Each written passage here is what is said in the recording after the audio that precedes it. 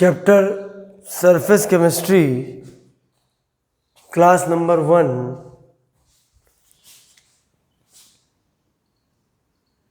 इसमें शुरुआत करूँगा एड्जॉर्प्शन से।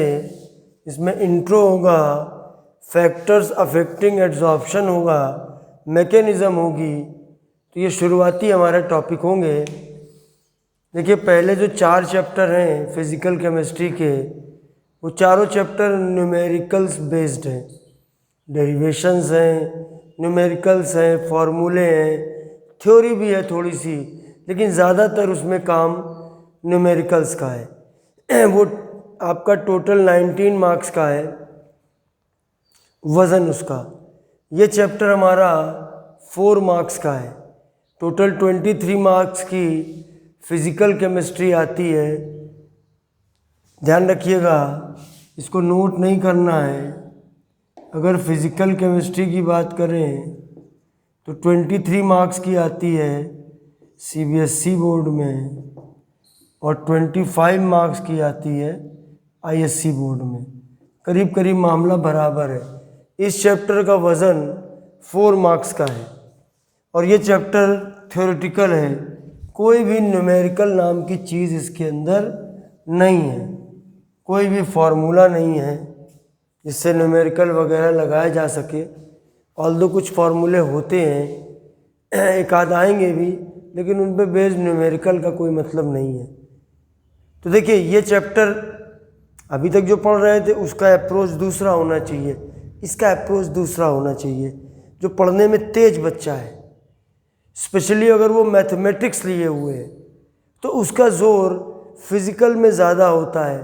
और जो थ्योरी की चैप्टर में वो कहते हैं इसमें सर मज़ा नहीं आती है, मगर वो गलत सोचते हैं। जितने भी न्यूमेरिकल, जितने भी फार्मूले बने हैं, वो सब थ्योरी से निकले हैं। तो थ्योरी तो मदर होती है, माँ होती है, और उसी पे बेस्ड फार्मूले दिए जाते हैं। तो इसलिए आपको ध्यान रखना है कि केमिस्ट्री में you should have equilibrium between theory and numericals, फार्मूले and equations, chemical reactions etcetera. तो इस चैप्टर में आपको थ्योरी पढ़नी है, 4 मार्क्स का है। अगर हम लोग इसमें एनसीईआरटी के जो गिवन क्वेश्चन हैं और 10 इयर्स हैं, अगर वो हम लोग लगा लें तो हम लोगों का बोर्ड लेवल का काम ओके हो जाएगा। मगर ऐसे ना तो मैं पढ़ाता हूँ और ना आप लोगों में बहुत लोगों को पढ़ना पसंद है, और ऐसे पढ़ना भी नहीं चाहिए। हमें एक एक आर्टिकल एनसीईआरटी के कंप्लीट करने हैं, और जो एडिशनल मामला मारना है वो भी हम मारेंगे। तो देखिए, सबसे पहले हम अपने इसी ब्रांच में आते हैं, नोट्स बनाते चलिए। Surface chemistry,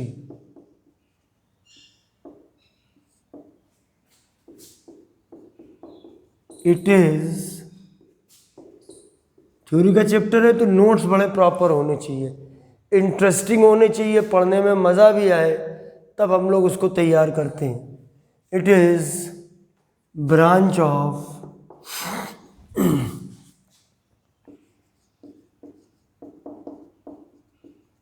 chemistry. अच्छा, बुक भी खोल लीजिए एनसीईआरटी। देखिए, मैंने आज एनसीईआरटी को खोल के रखा हुआ है। थ्योरेटिकल चैप्टर है, बहुत सारे एग्जाम्पल्स वगैरह हैं, उसमें थोड़ा बहुत हम लोगों को देखना पड़ जाता है। एग्जाम्पल कोई मिस ना हो एनसीईआरटी का, मैं इतना रट नहीं पाता हूँ चीज़ों को, ठीक है। तो बुक में मैं सिर्फ एग्जाम्पल्स वगैरह जो कुछ चीज़ें हैं, आर्टिकल कोई मिस ना हो, क्योंकि ये थ्योरेटिकल चैप्टर है। It is branch of chemistry dealing with phenomena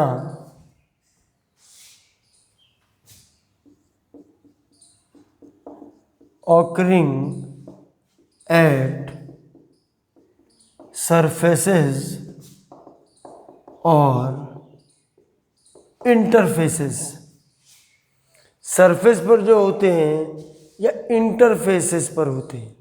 अब सरफेस तो आप जानते ही हो, ऊपरी हिस्सा। अब जैसे ये बॉटल में पानी भरा हुआ है, अंदर जहाँ तक पानी भरा हुआ है वो हिस्सा हो गया आपका, इसका ऊपरी हिस्सा आप ले लीजिए, ऊपरी आपको एरिया लेना है, सरफेस एरिया, ऊपरी हिस्सा लेना है, वो सरफेस हो गया। तो सरफेस में होने वाले जो प्रोसेस हैं उनको हम लोग यहाँ पर स्टडी करते हैं। एक यहाँ पर देखिए टर्म आया है इंटरफेसेस, इसको ज़रा इसका मतलब समझ लेते हैं। सरफेस तो आप समझते हैं,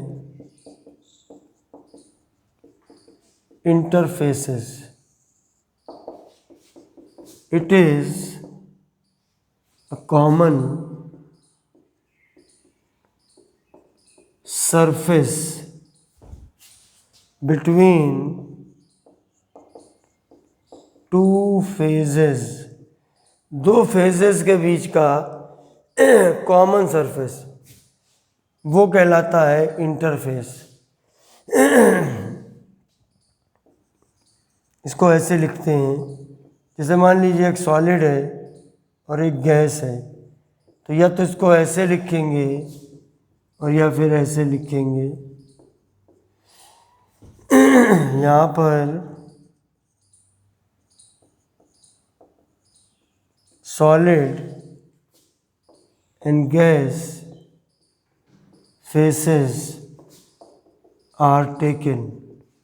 तो जो जो प्रोसेस, जो जो फिनोमिना सरफेस पर होते हैं या इंटरफेसेस पर होते हैं, उससे रिलेटेड हमारा ये टॉपिक है।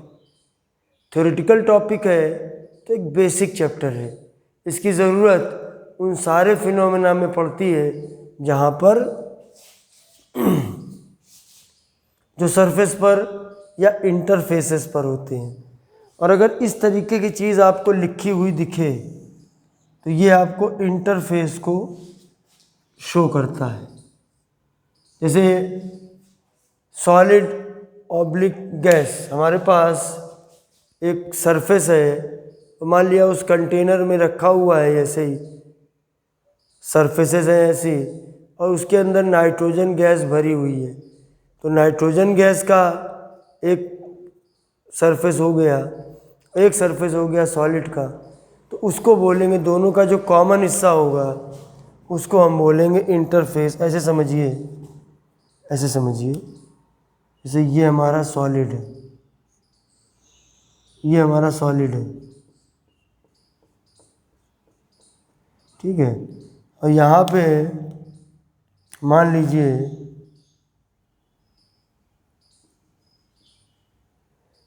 इस तरीके का हमने क्षेत्र ले रखा है, तो यहाँ पर ये गैस मॉलिक्यूल है। तो ये जो दोनों का बीच का जो कॉमन हिस्सा है, यहाँ पे एकदम ऊपर भी होंगे ना, वो इंटरफेस कहलाता है। भाई एक सॉलिड का सरफेस और एक उसके जस्ट ऊपर जो गैस की एक लेयर है वो सरफेस, दोनों के बीच जो कॉमन चीज़ है, कॉमन जो सरफेस है, उसको हम बोलते हैं इंटरफेस। अब हम ये समझें कि जो इंटरफेसेस हैं इन पे कौन कौन सी फिनोमिना होते हैं, क्या क्या चीज़ें हम लोगों को यहाँ पर पढ़नी पड़ सकती हैं।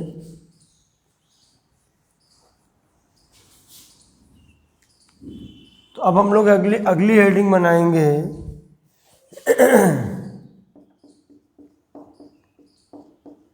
प्रोसेसेस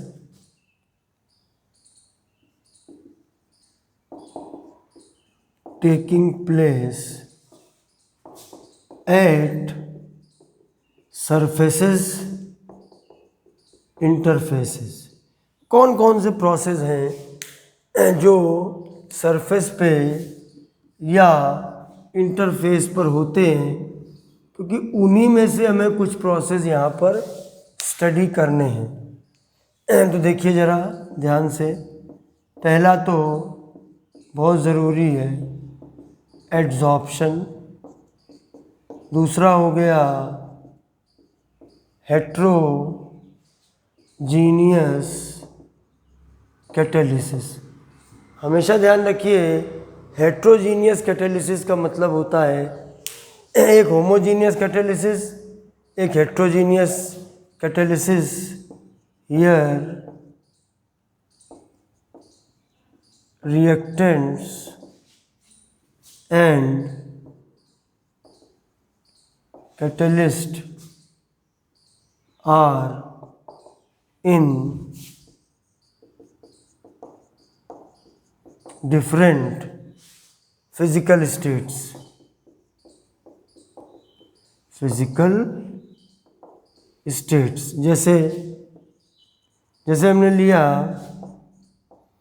N2+3H2 और यहाँ पर हमने लिया Fe, ये सॉलिड है, ये गैस है। देखिए N2 और H2 रिएक्टेंट हैं, N2 and H2 are reactants और ये आपके गैसेस हैं, और Fe जो आयरन है वो आपका कैटलिस्ट है, सॉलिड है। ये हैबर्स प्रोसेस है और ये आपको ग्रुप 15 में पी ब्लॉक में पढ़ना है। तो ये आपका हेट्रोजीनियस कैटेलिसिस हुआ। दो ये हो गए। तीसरा क्रिस्टलाइजेशन।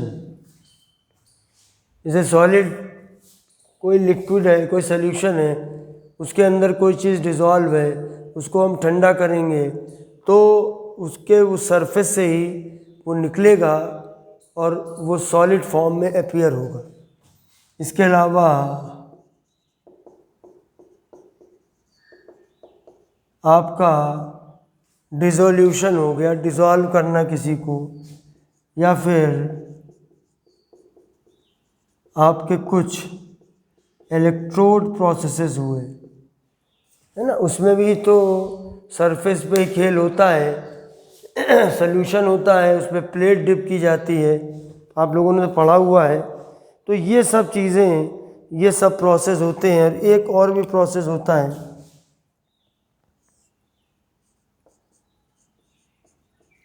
कोरोजन।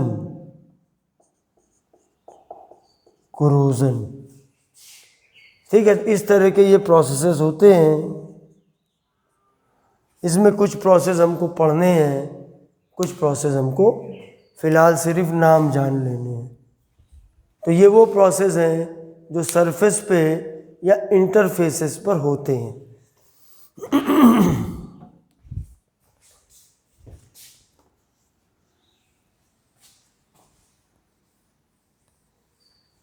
एक बार बुक रखिए, क्लास जब चलती है देखते चलिएगा। बाकी एक बार मैं आपको ये चैप्टर करा दूंगा, आप नोट्स बना लोगे, उसके बाद बुक देखने की ज़रूरत भी नहीं रहेगी। बुक का काम ख़त्म। अच्छा, अब आप देखिए हमें किस बात का ख्याल रखना पड़ेगा। अगर हम सरफेस केमिस्ट्री को स्टडी करते हैं तो हमें किस बात का विशेष ध्यान रखना पड़ेगा। ठीक है,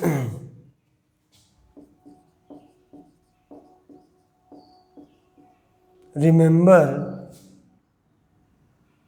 अ पॉइंट फॉर, बहुत ज़रूरी बात है, बहुत ज़रूरी बात है। इसको अक्सर हम लोग इग्नोर कर देते हैं। आज के समय में 50% IIT मेंस का और 50% नीट का, और कभी कभी ये परसेंटेज ज़्यादा हो जाता है। आपका NCERT पे बेस्ड ही आता है। NCERT की एक एक लाइन पढ़ना, उसको समझना और उन्हीं लाइन को डिटेलिंग देना, तो आपका IIT मेंस में घर बैठे आपकी तैयारी हो जाती है। होता क्या है कि जब कोचिंग सेंटर बड़े बड़े हैं, उन लोगों को एक दूसरे से कंपटीशन बनाए रखने के लिए उन लोगों को कुछ प्रोफेशनल खेल भी खेलने पड़ते हैं। जैसे अननेसेसरीली वो टफ़ क्वेश्चंस करवाते हैं ताकि बच्चों को लगे अरे यार हमारे यहाँ तो बहुत टफ़ कराया जा रहा है, जबकि उनकी ज़रूरत भी नहीं है वहाँ पे। अगर आप घर पे रह के तैयारी कर रहे हो, इसी साल कर रहे हो, तो आप जैसे मैं बता रहा हूँ वैसे करते चलना।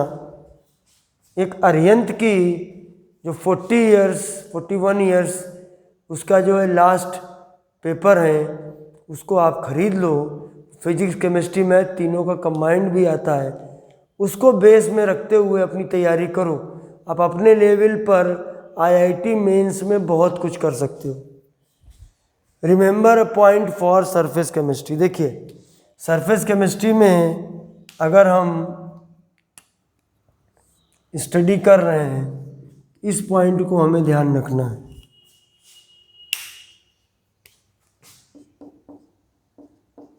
To study surface chemistry we must have, एक बड़ा इंपॉर्टेंट टर्म है, वो है अल्ट्रा क्लीन सरफेस। हमारे पास में अल्ट्रा क्लीन सरफेस होना चाहिए। अल्ट्रा क्लीन सरफेस होना चाहिए मतलब बहुत ज़्यादा क्लियर होना चाहिए, नहीं तो उस सरफेस के ऊपर कुछ ऑक्साइड्स की लेयर हो सकती है, उसके ऊपर कुछ गैसेस इकट्ठा हो सकती हैं। हमको बिल्कुल क्लीन चाहिए, तभी हम उसको स्टडी कर सकते हैं। अब इसको ऑब्टेन करने के लिए, to obtain such surfaces we have to use high vacuum of order 10 to the power minus, यही वैल्यू दी हुई है 10 to the power -9 पास्कल में। एक बार चेक कर लेता हूँ, ये भी आप लोग भी देख लीजिए क्योंकि ये वैल्यू बहुत ज़रूरी है देखना। हाँ 10 to the power -8 से, क्योंकि डेटा थोड़े वेरी करते हैं एनसीईआरटी के और अदर बुक्स में, तो हमें एनसीईआरटी को लेके चलना है। इतने पास्कल में होता है। देखिए एक बार equal to 10 to the power 5 pascal या 10 to the power 5 न्यूटन पर मीटर स्क्वायर। ये एसआई यूनिट है, इस ऑर्डर का होता है जिससे कि हम लोग उसको स्टडी कर सकें। हाई लेवल का ये होना चाहिए clean surface.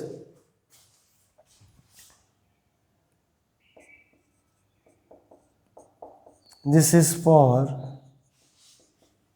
Metal surfaces, such metal surfaces are stored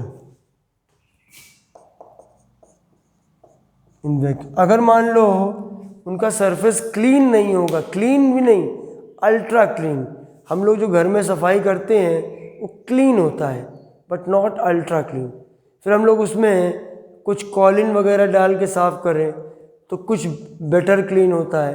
लेकिन अल्ट्रा क्लीन बनाने के लिए हमें ये वैल्यू याद रखनी पड़ेगी 10 to the power -8 से 10 to the power -9 पास्कल के ऑर्डर की।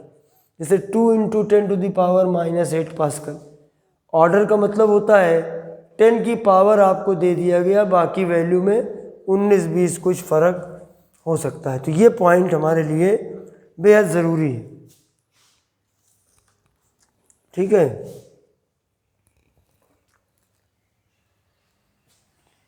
अच्छा अब हमको समझना है कि हमारे सिलेबस में इस चैप्टर में है क्या। इंट्रो तो देखिए हो गया, अभी और भी कुछ बातें पढ़नी है लेकिन वो एड्जॉर्प्शन के बारे में पढ़नी। चैप्टर का इंट्रो तो हो गया, तो हमारा सिलेबस क्या है, आवर सिलेबस, हमारा सिलेबस क्या है वो हमको समझना है। देखिए 3 टॉपिक हमारे इसमें हैं, यानी एक चैप्टर के अंदर 3 चैप्टर हैं। एक एड्जॉर्प्शन है, दूसरा कैटेलिसिस है और तीसरा कोलाइडल स्टेट है। ये तीनों टॉपिक पूरे थ्योरेटिकल चैप्टर हैं। मैं पूरी कोशिश करूँगा कि आप इंटरेस्ट आपके अंदर पैदा कर दूँ इस टॉपिक के बारे में। ठीक है, थ्योरेटिकल है तो ये हमारा सिलेबस है जिसमें 3 चीज़ें हैं, एड्जॉर्प्शन है, कैटालिसिस है और कोलाइडल सॉल्यूशन है। तो अब हम लोग अपना टॉपिक जो शुरू करते हैं वो शुरू करते हैं हम एड्जॉर्प्शन से। देखिए 2 टर्म है, नीचे जो मैं लिख रहा हूँ उसको लिखना नहीं है, उसको क्लियर करूँगा तभी आपको मज़ा आएगी। एक एब्जॉर्प्शन होता है, एक एड्जॉर्प्शन होता है, एक डिसॉर्प्शन होता है और एक आपका होता है सॉर्प्शन। अगर ये 4 ये मिलते जुलते टर्म कहीं कॉपी में अलग से किनारे लिख लो, वैसे इसको नोट्स में नहीं नोट करना है लेकिन कहीं कॉपी में अलग से लिख लो। क्या है इसमें? एब्जॉर्प्शन, एड्जॉर्प्शन, डिसॉर्प्शन और सॉर्प्शन। तो पहले आप सॉर्प्शन को समझ लीजिए। तो सॉर्प्शन का मतलब होता है चूसना, खींचना, टू सक अप। एक साइंटिस्ट हुए थे बेन, BAIN, M.C. बेन। उन्होंने ये बताया, एक कॉमन टर्म कॉइन किया सॉर्प्शन, जो एब्जॉर्प्शन एड्जॉर्प्शन दोनों के लिए कॉमन है। तो सॉर्प्शन का नॉर्मली मतलब होता है टू सक अप, खींचना। अब एब्जॉर्प्शन और एड्जॉर्प्शन में फ़र्क है। एड्जॉर्प्शन का प्रोसेस सरफेस पर होता है, एब्जॉर्प्शन का प्रोसेस पूरे पे होता है। And I am giving you very interesting example. अब रसगुल्ला, पानी मुंह में आ गया होगा, मेरे भी आ गया है। तो रसगुल्ला है, अंदर तक उसमें चाशनी भरी होती है, अंदर तक। तो वो जो रसगुल्ला है उसके अंदर है एब्जॉर्प्शन। वो मटेरियल है जो सॉलिड वाला मटेरियल है रसगुल्ले का, खोए में और मैदे में बना हुआ काला हिस्सा और अंदर का सफ़ेद हिस्सा। उसके बाद उसको डाल दिया जाता है चाशनी में। तो चाशनी पूरी अंदर तक वो सोख लेता है, सकअप कर लेता है, तो वो पूरे में अंदर तक आ जाती है। तो रसगुल्ले के अंदर जो आपको दिख रहा है चीनी, अंदर तक चाशनी जा रही है, वो प्रोसेस है हमारा एब्जॉर्प्शन, पूरे के अंदर हो गया। और एड्जॉर्प्शन सिर्फ सरफेस पर होता है, ऊपरी ऊपरी हिस्से पर होता है। जैसे आप पेस्ट्री खाते हो। मेरा बेटा जब छोटा था तो उसको जब पेस्ट्री दिया तो वो ऊपर ऊपर का चाट के खा जाता था और नीचे नीचे वाला पापा ये नहीं खाऊंगा। तो मैंने कहा बेटा, मेरे दिमाग में वो तुरंत चलता था क्योंकि केमिस्ट्री चला करती दिमाग में, तुरंत आता था कि ये तो हमारा एग्जाम्पल है एड्जॉर्प्शन का, कि जो मीठा मीठा हिस्सा है, क्रीम है, वो पेस्ट्री के ऊपरी हिस्से पर है, अंदर तक नहीं है। तो ये प्रोसेस हमारा होता है एड्जॉर्प्शन। तो सॉर्प्शन का मतलब है टू सकअप, एब्जॉर्प्शन का मतलब है पूरे के अंदर, एड्जॉर्प्शन का मतलब है सिर्फ सरफेस पर, और DE का मतलब होता है निकलना। तो अगर कोई चीज़ एड्जॉर्प्शन हो गया है किसी का और वो बाहर, उसके बाद वो बाहर निकल गया, पहले वो जुड़ा सरफेस पर और फिर सरफेस से बाहर चला गया, तो वो होता है डिसॉर्प्शन। तो हम एक एक करके टर्म को आपको डिस्कस करते हैं। देखिए, अच्छा होगा कि हम एड्जॉर्प्शन की डेफिनीशन वही लिखें जो NCERT में दी है, उसी के इर्द गिर्द। देखिए, द एक्यूमुलेशन और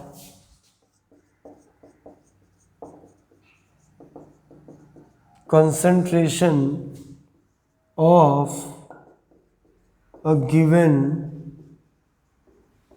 molecular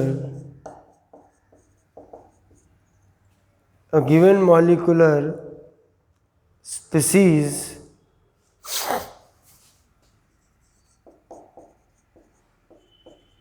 at the surface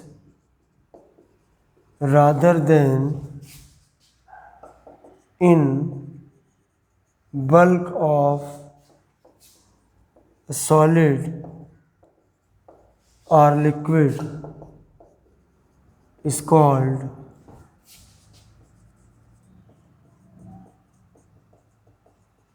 adsorption. ये प्रोसेस हमारा कहलाता है एड्सॉर्प्शन। ठीक है।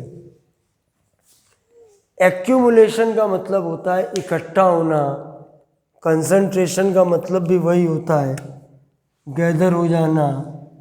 जैसे मिठाई में खुली मिठाई रखी है, मक्खियाँ एक्यूमुलेट हो जाती हैं मिठाई के सरफेस के ऊपर, वही हुआ इक्विमुलेशन और concentration of A given molecular species at the surface rather then in bulk of A solid और लिक्विड। कोई सॉलिड या लिक्विड में अंदर तक नहीं, इस प्रोसेस को बोलते हैं एड्सॉर्प्शन। ठीक है।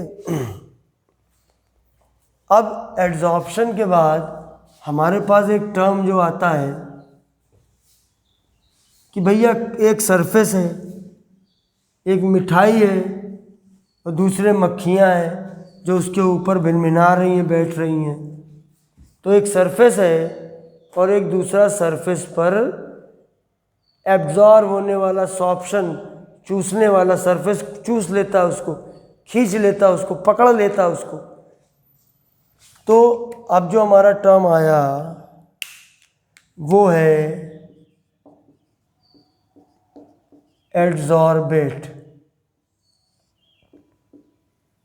Adsorbent. The substance which is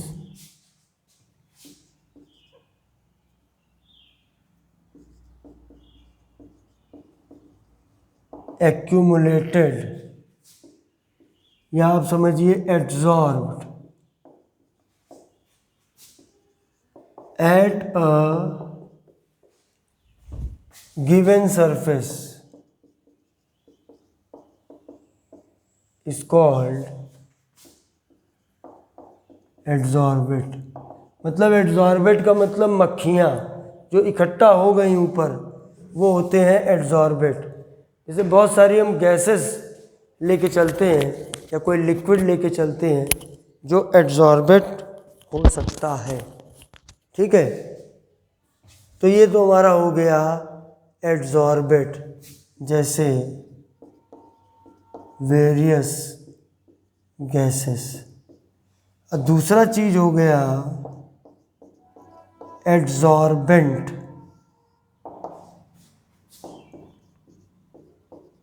the surface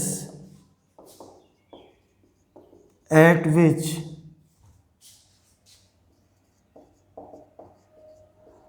a given substance is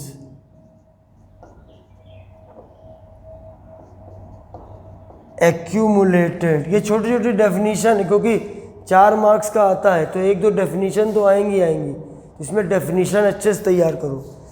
eight which a given substance is accumulated और एड्सॉर्ब, क्योंकि सरफेस का ही खेल है। Adsorbed is called adsorbent. ठीक है। जैसे metallic surface,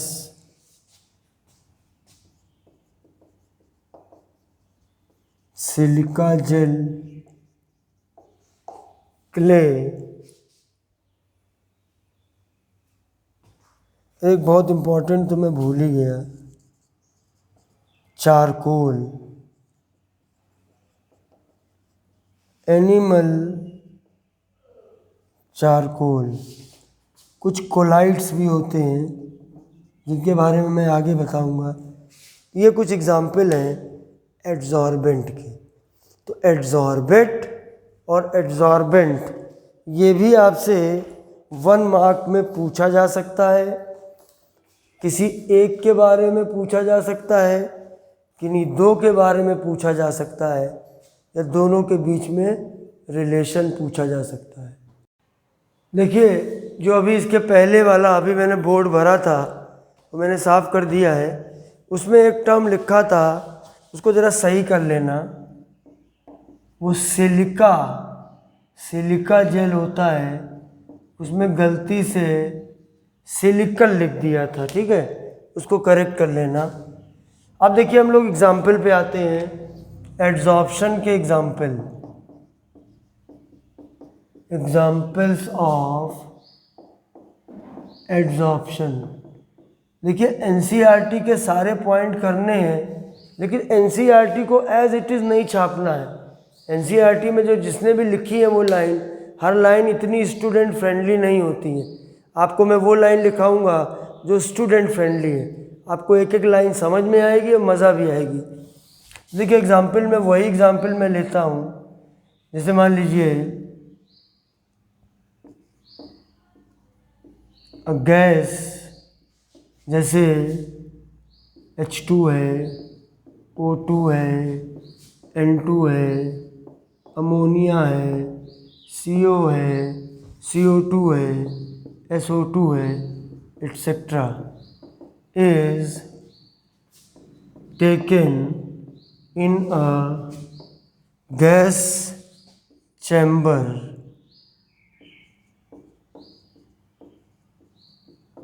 having a certain pressure। कुछ भी प्रेशर उसका, गैस को हम फिल कर देंगे, उसका कुछ अपना प्रेशर होगा। When we add powdered charcoal, आप कोयले को पीस लीजिए, वो मटेरियल मान लीजिए पिसा हुआ कोयला, लकड़ी है, लकड़ी से कोयला बना, कोयले को बारीक कर लीजिए, पाउडर्ड कर लीजिए, वो आपका हो गया पाउडर्ड चारकोल। देखिए गैस है और एक पाउडर्ड चारकोल है। ये आपका सॉलिड सरफेस है, सॉलिड पाउडर है तो सॉलिड की फॉर्म में, और ये गैस उसके ऊपर, उसका एड्जॉर्प्शन होगा। We add powdered charcoal, we observe that pressure of gas is reduced। भैया गैस का प्रेशर कम हो जाता है। एक चैम्बर में मान लीजिए 2 एटमॉस्फेयर पे हमने हाइड्रोजन गैस भरी, और जैसे ही उस चैम्बर में हमने इंट्रोड्यूस किया पाउडर्ड चारकोल, तो देखा वो वैल्यू 1.75 बार बची। 2 बार से 1.75 बार प्रेशर कम क्यों हो गया? क्योंकि gas molecule, because gas is adsorbed at the surface of, तो इसमें समझिए ध्यान से, चारकोल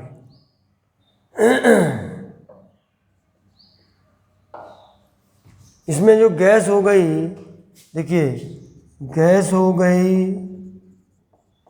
एड्सॉर्बेट, और चारकोल हो गया,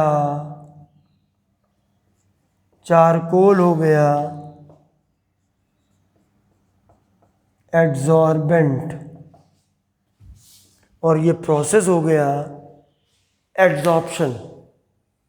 ये देखिए हमारा पहला एग्जाम्पल हो गया। मैं वही एग्जाम्पल ले रहा हूँ, आप एनसीईआरटी में देखते चलिए, तो मैं आपको समझा रहा हूँ कि इसमें क्या क्या चीज़ है। अब देखिए, एक तो आपका हो गया पाउडर्ड चारकोल, वो लकड़ी से बनाया जाता है, लकड़ी का कोयला मान लीजिए आप, उसी को पीस लीजिए, एनिमल चारकोल हो गया। एक इंटरेस्टिंग बात बताता हूँ, इंटरेस्टिंग बात नहीं बताऊंगा तो मज़ा नहीं आएगा। अगर डिस्कवरी या एनिमल प्लैनेट या नेशनल ज्योग्राफिक देखने के आप शौकीन हो, आज के ज़माने में स्टूडेंट अक्सर होते भी हैं, तो उसमें आप बेयर ग्रिल्स को जानते होंगे। वो अक्सर सर्वाइवल टेक्निक्स आपको बताता है। जो वो कभी कभी उसको गंदा पानी वगैरह मिलता है तो उसमें वो करता है, जो लकड़ी उसने जलाई हुई होती है उसका जो कोयला होता है उसको पीस लेता है। उसके बाद वो अपने शर्ट वगैरह टी शर्ट वगैरह निकाल के उसको एक जो लकड़ी का जो उसका कोयले का जो चूरा है, पाउडर है, उसको उसमें फ़िल्टर की तरह यूज़ करता है। पानी गंदे पानी में डाल देता, उसको डाल के चला देता, छान लेता, उसको पानी काफ़ी हद तक साफ़ हो जाता है। जो भी कलरिंग मटेरियल है उसको वो चारकोल एब्जॉर्ब कर लेता है, बहुत एक अच्छा फिल्टर का काम करता है। तो वहाँ पर ये सब चीज़ें आपने देखी हैं। दूसरा एग्ज़ाम्पल ये है कि हमने लिया एनिमल चारकोल। देखिए हमने लिया aqueous solution of methylene blue. ये एक डाई है, कलरिंग मटेरियल है, मिथाइलिन ब्लू, नीले रंग का होता है। पानी में घोल दिया, हल्का नीला सॉल्यूशन बन गया। इस पे हमने एनिमल चारकोल मिला दिया। ये एनिमल वही हड्डियों को जला के, हड्डियों को गर्म करके जो मटेरियल मिलता है उसको पीस लिया जाता है, तो ये एनिमल चारकोल होता है। ये और अच्छा काम करता है। ठीक है, थोड़ा डरावना टाइप का चैप्टर है, हड्डियाँ जानवरों की, इंसानों की। अब इंसानों की तो जनरली नहीं यूज़ की जाती, जानवरों की यूज़ होती हैं। और उसके बाद उसको गर्म करेंगे, तंत्र मंत्र जंत्र सब चल रहा है खेल। एनिमल चारकोल, उससे इसको पास किया शेक्ड वेल। तो हमने क्या मिला, हमको मिला कलरलेस सॉल्यूशन। क्यों मिला कलरलेस सॉल्यूशन? बिकॉज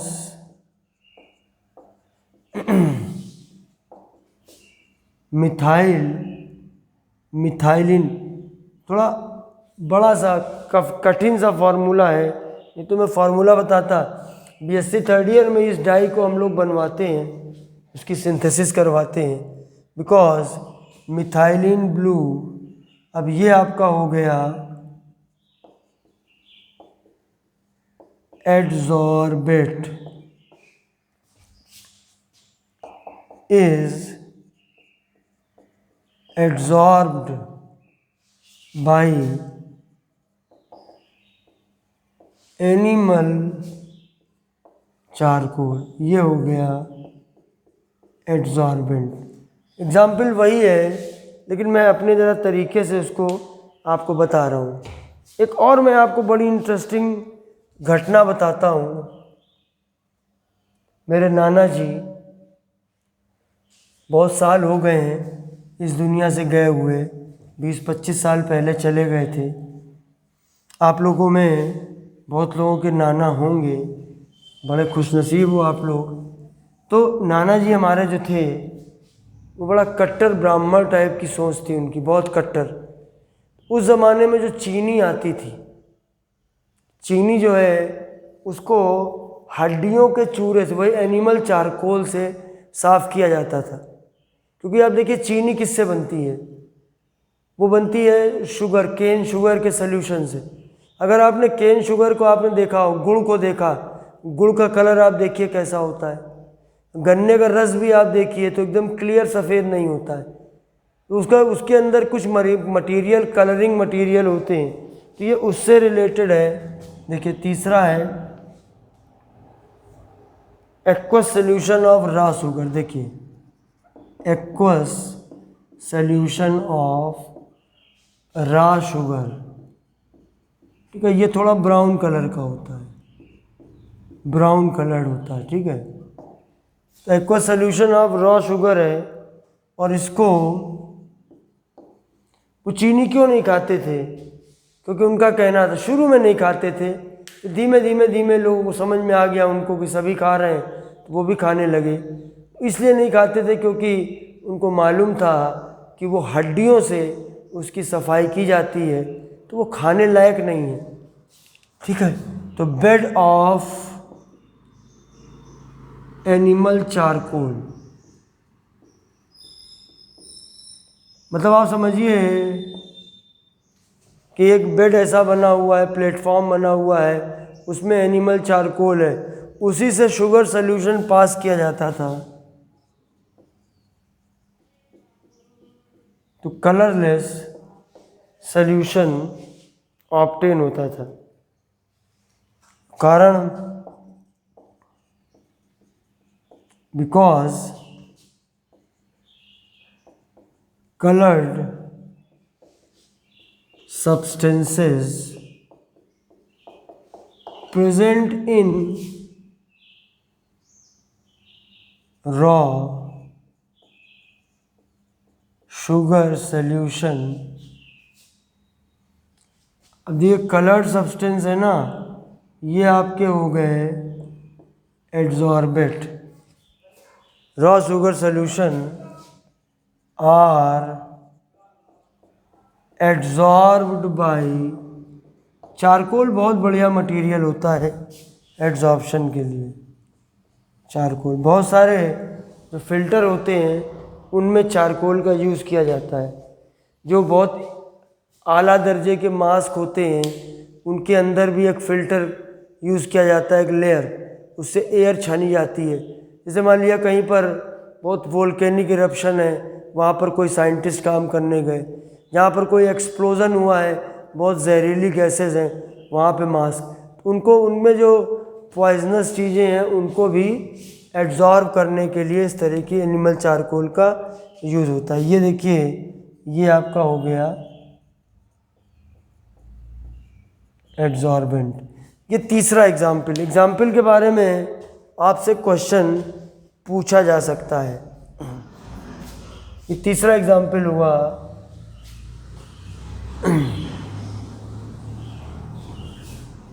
अच्छा, हम कभी कभी यही एग्जाम्पल हम लोग छोड़ देते हैं, इन्हीं में से किसी एग्जाम्पल से क्वेश्चन बन जाता है, तो ये हम लोगों को ध्यान रखना है। अच्छा, अब देखिए चौथा है कि if silica gel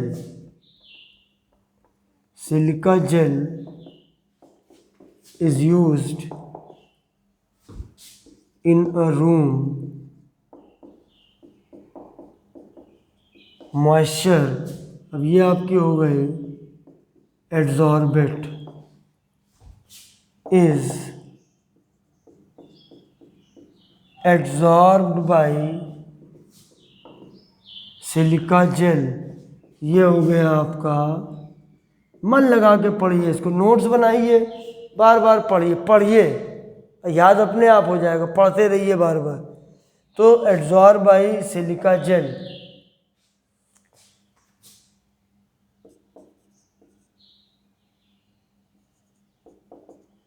the air becomes dry, क्योंकि मॉइस्चर, जैसे अब आजकल क्या है, बारिश हो रही है, आप देखिए कितना ज़्यादा मॉइस्चर रहता है, पसीना एक बार आ गया तो फिर वो सूखता ही नहीं।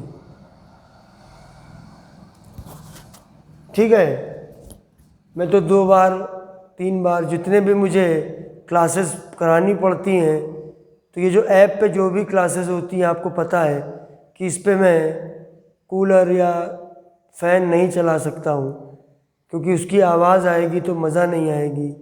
तो एक बार पसीना आ गया, अब शरीर में पसीने की धार बह रही है इस समय, ठीक है, तो वो सूखता नहीं है क्योंकि मॉइस्चर है कमरे में, तो वो ड्राई हो जाती है और वो कमरा बेहतर तरीके से कूल हो जाता है। ये मैंने देखिए आपके चारों एग्ज़ाम्पल ले लिए, 4 के चारों एग्ज़ाम्पल मैंने ले लिए।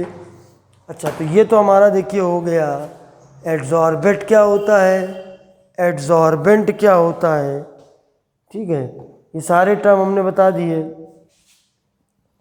अच्छा, अब जो एड्जॉर्प्शन से मिलते जुलते टर्म है जरा उनको भी समझ लेते हैं। जैसे एक टर्म होता है डिसॉर्प्शन, उसको समझ लेते हैं। देखिए डिसॉर्प्शन, देखिए कहीं पर भी केमिस्ट्री में डी आ जाए तो डी का मतलब होता है निकलना, रिमूवल। याद करो, डिहाइड्रेशन, डिहाइड्रोजनेशन, डिहाइड्रोजनेशन, डिक्लोरीनेशन। डी अगर लग गया तो कुछ रिमूव होगा। क्या रिमूव होगा? जो आगे लिखा हुआ है डिसॉर्प्शन। सॉर्प्शन का मतलब होता है खींचना, टू सक अप। डिसॉर्प्शन का मतलब होता है निकालना। देखिए removal of an adsorbent from surface of an adsorbent is called desorption। Desorption हो गया। फिर हम आते हैं एब्जॉर्प्शन। अब एक तुम्हारा एब्जॉर्प्शन था और एक एब्जॉर्प्शन था, ठीक है। It is a phenomena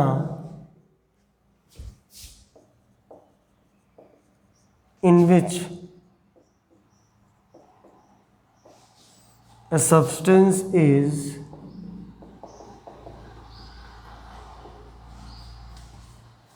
uniformly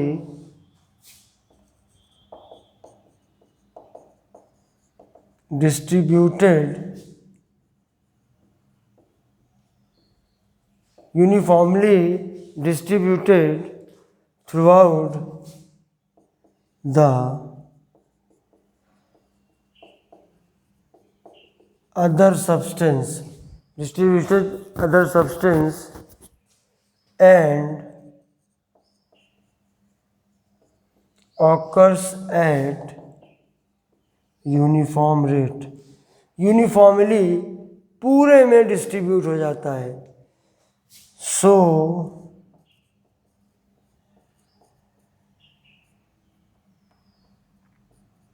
absorption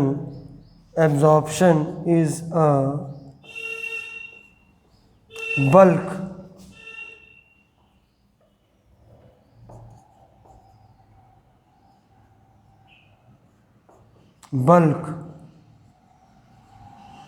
phenomena. Absorption क्या होता है?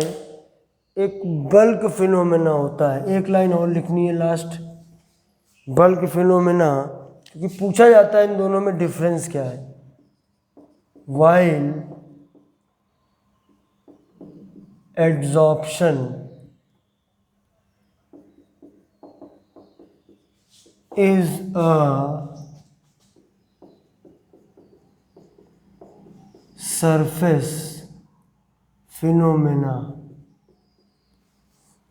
आप फिनोमेनन भी लिख सकते हो, फिनोमेना भी लिख सकते हो। इंडिया में ज़्यादातर ब्रिटिश इंग्लिश यूज़ होती है, उसमें फिनोमेना चलता है, पढ़ते उसको फिनोमेना है। लेकिन अब अमेरिकन इंग्लिश भी काफ़ी यूज़ होने लगी है, स्पेशली व्हाट्सएप फेसबुक की वजह से। तो फिनोमेना भी लिख सकते हैं हम, सरफेस फिनोमेना। ठीक है, एक चीज़ और बता देता हूँ, सॉर्प्शन, इसका मीनिंग होता है टू सक अप। देखिए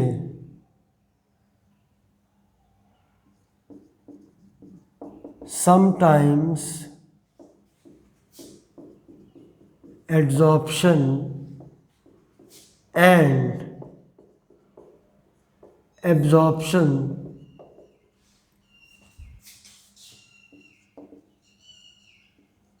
टेक प्लेस साइमल्टेनियसली, एक साथ होते हैं। सो m.c.Bain, ये साइंटिस्ट का नाम है, introduced a term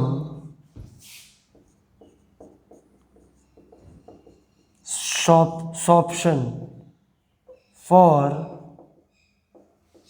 both the processes। जैसे मान लिया रसगुल्ला बनाया, अब रसगुल्ले में ऊपर वाला जो काला वाला हिस्सा है वो थोड़ा लेयर मोटी थी, उसके अंदर का वाइट हिस्सा था।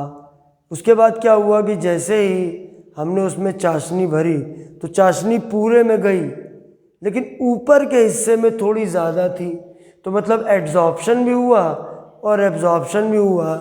तो कॉमन टर्म हम यूज़ कर सकते हैं, वो है सॉर्प्शन। ठीक है, इतना ही रखता हूँ आज के लिए। जय हिंद।